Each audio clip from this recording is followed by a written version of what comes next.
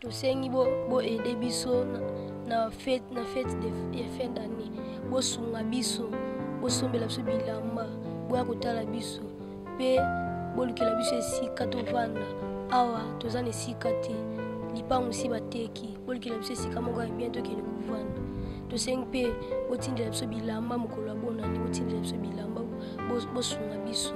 Appel na kolancer na bande nyonso bazolanda biso na bandi yango na rappel ya passage biblique Hébreux chapitre 6 le verset na yango 10 Nzambe alobi il n'est pas injuste pour oublier notre travail et l'amour que nous manifestons pour son œuvre.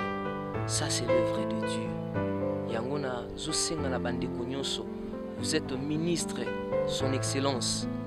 Vous êtes député, vous êtes homme d'affaires, vous avez les possibilités. Nous avons besoin de votre cœur de compassion. Nous avons besoin de votre cœur d'amour, afin que votre main puisse apporter quelque chose et répondre à ma besoin. Et répondre à ma besoin. Nous, on est des locataires ici. Mais tous les locataires, contrat nabiso déjà à location, contrat de bail ici là qui déjà de l'autre côté bateki place toza bateki ces parcelles bateki en ngambo à 3 parties. Lobiso toza qui surpris taler mukumba ban. Tout ça les garanties si on n'a pas de possibilités, on cherche un autre endroit autokindo chabana dans un endroit sécurisé mais les moyens nous fait défaut. Bakokezo zanga biso na bande ko bazolanda biso Zambalobi c'est lui qui donne aux pauvres.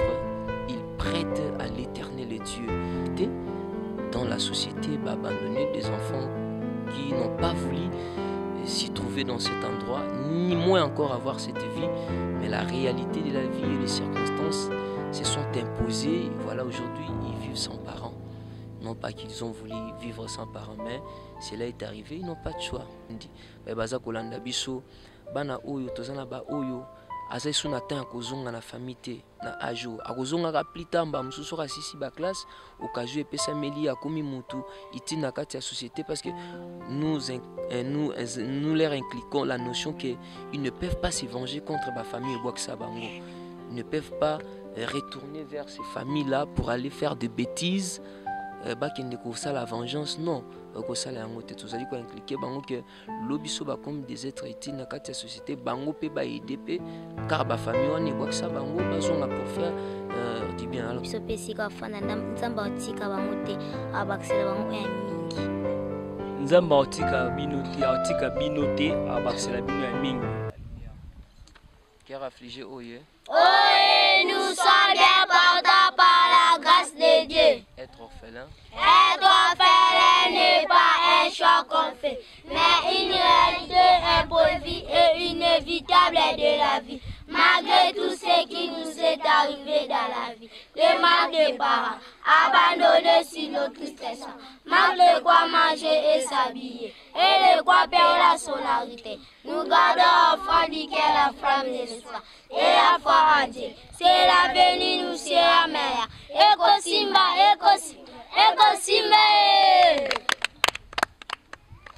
Voilà bandeko balandi Miss Télévision, merci na confiance sur Bossala Kabiso. Nous sommes toujours en direct de la République démocratique du Congo, précisément à Kinshasa.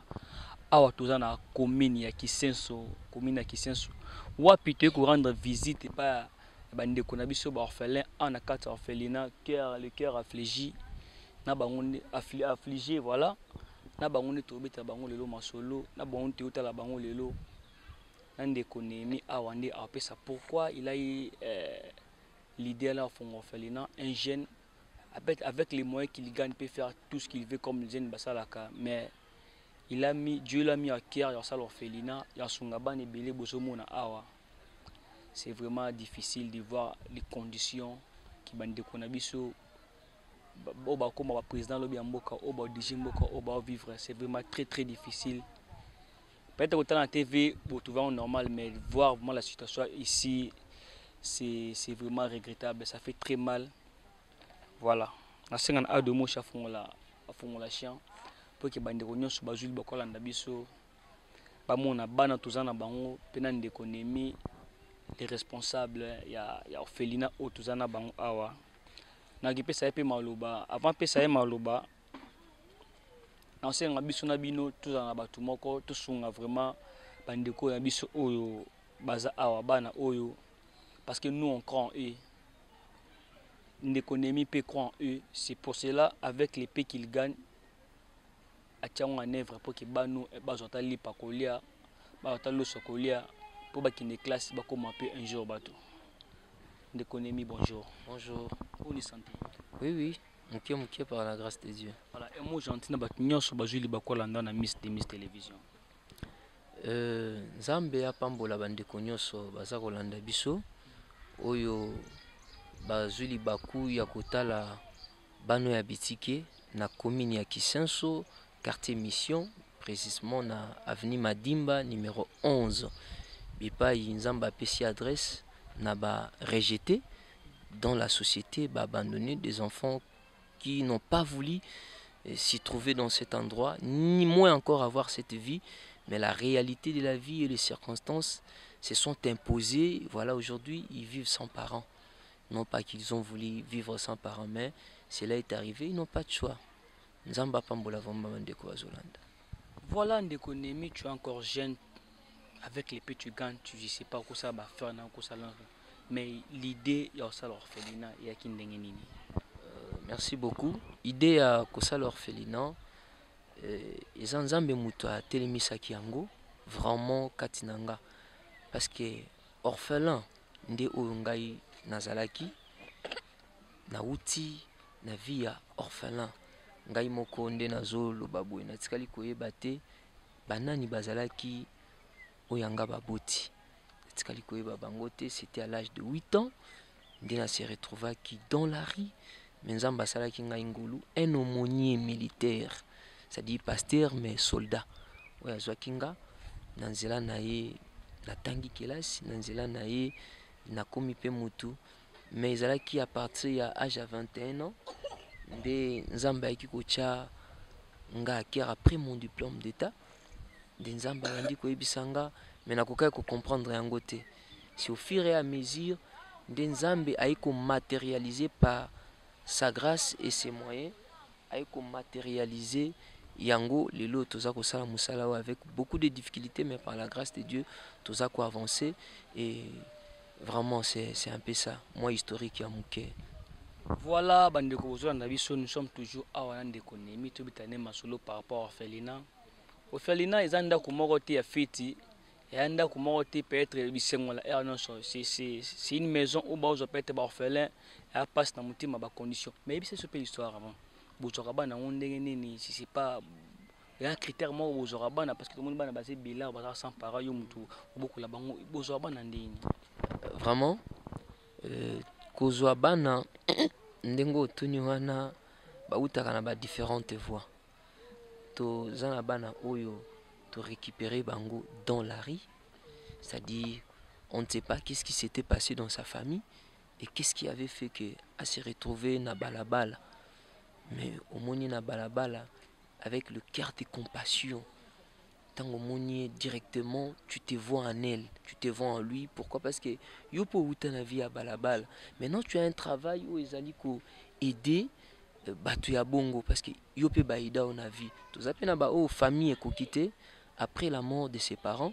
Tata mwasi alobi nazala nga na makoki te bakongo balobaka kiaku kiangani tata mwasi abino moi je dois fona bokola oyanga bana nazala mbongo liesa mwana ya yaya te to bana ya yaya moni orphelinat ayi kotika et donc na bango tout na ba formule tout bayaka tolikaka na bango na l'état pour bazala identifier enfin que bazala héberger na esika oyo avec l'objectif que lobby chacun d'entre eux a un être utile dans la société puis a joué un rôle moko important. C'est un peu ça. C'est vraiment quelque chose de trop bien. Alors comment vous vivez? Parce que nous savons que nous vivons dans un pays où crise est makasi. Voilà. Beaucoup là-bas na oignon soko beaucoup la libota ozana bango à chaque jour fait balia fait bakinekela sina. Comment vous vivez ici à quartier orphelinat? Voilà. Pour vivre dans la carte orphelinat na bango ndenge za komona bango wa ezali peu de choses tendeko eza facilité et nous faisons un travail comme la Bible dit celui qui sème, et celui qui sème avec les larmes aux yeux. Hein? Celui qui sème avec les larmes aux yeux. C'est-à-dire, vous avez travaillé Namainamiso avec des sacrifices énormes que vous ne pouvez même pas imaginer pour répondre aux besoins de cette grande famille composée à ma tendance confondue. La difficulté est vraiment énorme. Comme par exemple, na Rolobango, na Minitsu Awa, moni nombre ya bana bazana simalanga bande ko balandi, baza kolanda biso, bana oyo tozana ba oyo azai suna tan kozonga na famille na ajo akozonga ka plitamba mususu ka sisi ba classe okazo epesa meli ya komi mutu itina kati ya société parce que nous leur impliquons la notion qu'ils ne peuvent pas se venger contre ma famille et Boaksa Bango. Ils ne peuvent pas retourner vers ces familles-là pour aller faire des bêtises. Ça la vengeance, non. Ça la angote. Tout ça dit quoi impliquer Bango que l'obiso ba comme des êtres utiles na kati ya société Bango pe ba IDP car ba famille on est Boaksa Bango bazonga pour faire du bien. Alors tout ça difficulté ya makasi. Lupango tozalia aso komona koto. Moni oeza forage, ça c'est une autre parcelle. La limite juste ici, la limite ezali a. Alors bakolo lupango batekaki, nous on est des locataires ici. Mais tous les locataires oyo contrat na biso déjà à location, contrat de bail ici. Si là qui déjà et l'autre côté bateki place tous les bateki, les parcelles bateki en ngambo à 3 parties. Alors biso tozaki surpris taler mukumba ban. Tout ça les garanties si on n'a pas de possibilités. On cherche un autre endroit, dans un endroit sécurisé, mais les moyens nous font défaut. Zambalobi, c'est lui qui donne aux pauvres, il prête à l'Éternel Dieu. Ndeko bano bazana makokia kozong c'est la yote, son excellence, la dame, la ministre, le ministre, son excellence. Bozolanda biso monsieur le député, la dame, la députée, ndeko moi makoki ezali na yebi ke ba musicien babwaka kao parce que tu leur donnes quelque chose, mais na yebi ke nzambe akobatela yo akopambola davantage parce que tu donnes à ses enfants au bazali banana ye na ba difficulté tozokuta nango okosimba mana motema lobi bitike bazana esika ya kovanda te. Moi j'ai beaucoup de parcelles na pesa bango ate esika o na offrir un comme un cadeau. D'abord, à vie pour les orphelins au fur et à mesure de génération à génération. Parce que c'est une œuvre, oh, ezo salema lelo, ezate po lobby katana. Non. Œuvre, oh, ndenge et bandaki, une évolution, na yango lobby biso torozalate. Mais quand na kati ya bana, oh, il y a certains ou certaines kati na bango bakozwa ka relève. Lobby, ngai pe babimisanga na libulu, nga pe na tournanga, na bimisa pe basus na kati ya libulu. Kolia na bango ezapasi. Koliana bangoza passe parce que tous en a ba autofinancement na muke netinga simple ajuster. Vous voyez, ajuster avec le paix que nous gagnons là, nourrir cette grande famille les a facilité avec l'équipe tous a travailler na bango moi muke zomona na de tous meka ko répondre mais ba difficultés a vraiment énorme tant bazobela donc prise en charge penza boué avec des organismes topé ba entité en place où ils à l'état et à l'été. Donc toujours avec l'aide de Dieu et on tous à quoi avancer. J'ai des larmes aux yeux. Ça fait très mal de voir les conditions que Bande Konabiso quand tu manges les pains, tant que tu bois caca, pense aussi à Batou Moussou Bazuité. Tant que tu bois Kabilo na foulou, pense aussi à Batou Banangote. Ton $1 na yo, €1 na yo, et son abatou au bazar.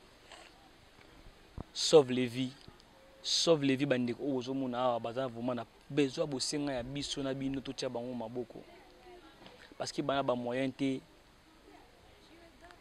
ezali sumuté basala ki pa kufela ba parents na vie. Botia bango maboko.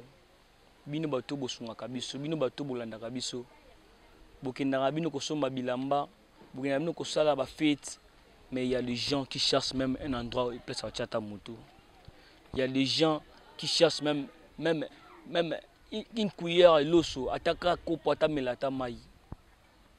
Ça fait très mal. Vraiment na posa le sungi. Au moment où toi tu cherches pour qu'il y ait un fête, et après tous le capacité de Parce que tu as moto là. Voilà. Je sais que les conditions sont vraiment difficiles avec bana nyonso bozana bango. Si tu peux même lancer un appel à bat nyonso bazolanda motema malamu. Bat nyonso basunga batu. Bat nyonso nzamba t'a à disposition pour aider les gens, pour nous aider les orphelins. Qu'est-ce que tu peux leur dire alors que tu as un grand travail à faire pour aider, pour assurer la survie et l'avenir ya bande kunabiso oyo. Vraiment appel na ko lancer na bande konyo so bazolanda biso na bandi yango na rappel ya passage biblique oyo. Hébreux chapitre 6 le verset na yango 10. Nzamba lobi il ne pas injuste pour oublier notre travail et l'amour que nous manifestons pour son œuvre. Ça c'est l'œuvre de Dieu. Yango na zosenga na bande konyonso. Vous êtes ministre, son excellence. Vous êtes député, vous êtes homme d'affaires, vous avez les possibilités. Nous avons besoin de votre cœur de compassion. Nous avons besoin de votre cœur d'amour, afin que votre main puisse apporter quelque chose et répondre à nos besoins. Et répondre à nos besoins. Oyo tozana yango katikati na oyo esika. Donc bana na minito bazana esika ya kokende te. Bauta na babalabala mbonga garantie esili. Bateki lupangu tozoluka makoki. Tozoluka mbongo po tozola bana oyo esika mususu ya malonga. Biso toza ko estimer ba mususu tozala toujours en tant que locataire mais yo koki kopesa bango pe lupangu. Kolia na bango ezali ya pasi. Okozwa pe engagement lobi bana oyo na sepeli par mois natindelaka bango ne fût-ce que une quantité à loso na makoki na ngai natindelaka bango loso okolo batenga na ndimi nazwa bana wana batanga pe na bafri na ngai batanga na bafri na nga et na ko rappeler que nzamba kozala jamais injuste yo oki kolongola nzala na libumu na bango mais nzamba longoli maladi moko eki kolia o bambongo ebele na vie pe otikali kobika te.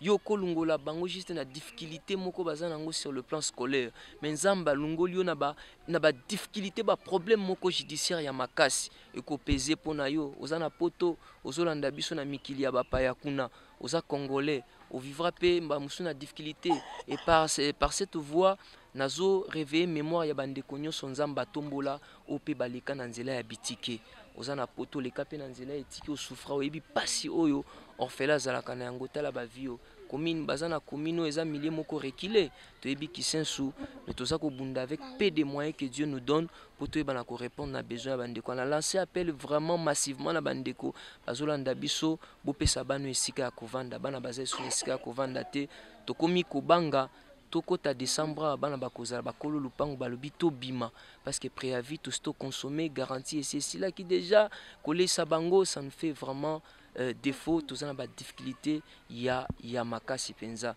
donc memela bango $50 $100 na yo tout ce que le Seigneur te mettra à Kerobino nazui $10,000 nanga na sombela bano ata mabele batongata babandana no ata banga no nazui $50,000 nanga na tiango anje nazui $100,000 nanga na sepeli na pesa yango bana ya bitike na rappelo lisusu ke nzamba kozala jamais injuste pona yo. La justice de Dieu vous apportera encore la joie et le bonheur, la bénédiction de Dieu. Voilà, quand nous sommes toujours en direct en orphelinat. Tu as dit qu'il y a une période de fête où il y a une maman tola ni maman tola tani. Yango bande kopé au ban belé bozomu na ba epebe klabino porte. La grande famille mukoko bana bango la réserve naturelle Mystique Saint-Pierre. Bana ba fois na tanzita malil na yo sunga bango parce que bana bosenga Gilles Vassimba le mystérieux ala kana mbongo la mukana mbongo. Sui bano ba fêter na bona né na mbongo na yo isala bango bien makasi. Soutien na bino vraiment et à makasi. Neto zopeta mona bango totu na bango comment ba viva awa ya mbote. Mbote. Comment nani? Jordi. Voilà bande ko bazola na hotel mi belé na mukili. Okoyisa bango nini? To sengi bo aider biso na fête de fin d'année. Bo sunga biso, bo sombela biso bilamba, bo akotala biso. Pe bo lukela biso esika to vanda.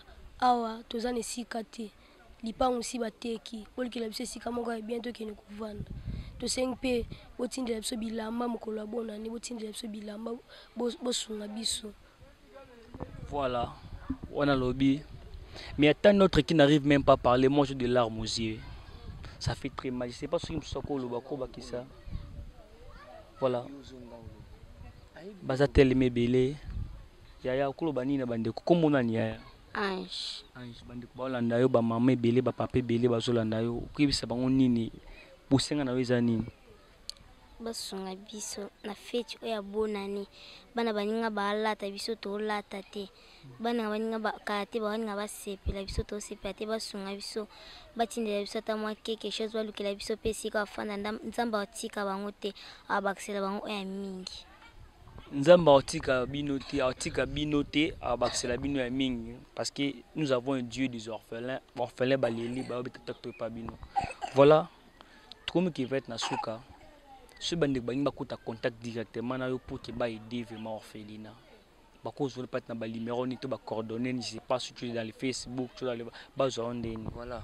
Na bande konyoso o ba ko simbama pona ko contacter biso zwa biso na 243 81 07 02 800 243 81 07 02 800 kaka na plus 243 wana oye na 85 21 44 609 donc 85 21 44 609 tozali na commune ya Kisensu dans les quartiers Mission na avenue Madimba numéro 11 référence nango ezali chemin Ndebipa tozali avec cette grande famille ya borphelin vraiment na zosenga na bandeko penza bopesa bana espace na makoki na bino bopesa bana espace pour ba fête elekela bango pe dans leur propre endroit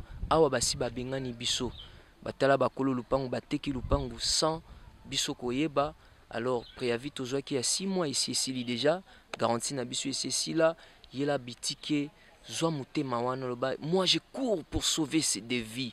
Je connais la valeur de la vie. Je rappelle aux bien-aimés qui nous suivent que le travail que nous faisons a un apport significatif dans notre société. Nous sommes des Congolais dans notre société parce que ces enfants, ils vont jouer, chacun d'eux possède une potentialité. Dans les temps à venir, chacun d'eux va jouer un rôle important et significatif dans la société. Tous formés bango pour baza bakulunate, mais pour moko na moko après avoir été formé à la conscience de sa personnalité, aïba que je suis un citoyen, une citoyenne pour apporter ma contribution positivement dans la société. Raison pour laquelle tous en a slogan le kola ou ils dépendre na musala oyo tout ça la ka awa qui affligé oye. Nous sommes bien portés par la grâce de Dieu. La valeur de notre personnalité construite par la formation, l'académie et l'orientation pour un avenir meilleur. Voilà, donc c'est ça. Ok, 3 choses bataille na kati ya slogan wana, hein? Donc pour un avenir meilleur. Donc bazoka na te avenir ezabakultala bakangi bakuluna a lobi soki batika na babalabala. Donc bandukanga bango bakende bakanya makasi, c'est pourquoi parce que baza ko embrayer l'état paisible ya mboka baza ko embrayer population. Le travail toza ko ça les até pour embrayer population. Lobi akoma magistère, akoma mécanicien, akoma juriste, mais la société azala un être utile à jouer rôle moko et c'est important. Donc bandeko vous soutenir penza cette famille, Dieu vous bénira abondamment. Un geste peut sauver une vie. Un geste peut sauver une vie, un geste peut sauver une vie. Geste na bino bande ko bala na posa nango bosunga tozonge la bino ça c'est la famille to bana koya koya ka awa soki botindi bambongo na bino bo assurer que ekokoma pe oyo si bosenga basala pona bande ko oyo bakosala bokomona na babilito kozonge la bino na mikolo koya. C'était Ezarka ya Mr Cop. Merci de la confiance sur Boussala Kabiso. Vous abonnez à la chaîne Abino, Miss Télévision. On se retrouve toujours au prochain numéro, toujours ce même plaisir et même ambiance. Et le monde a de mots chandi, on dit bye bye.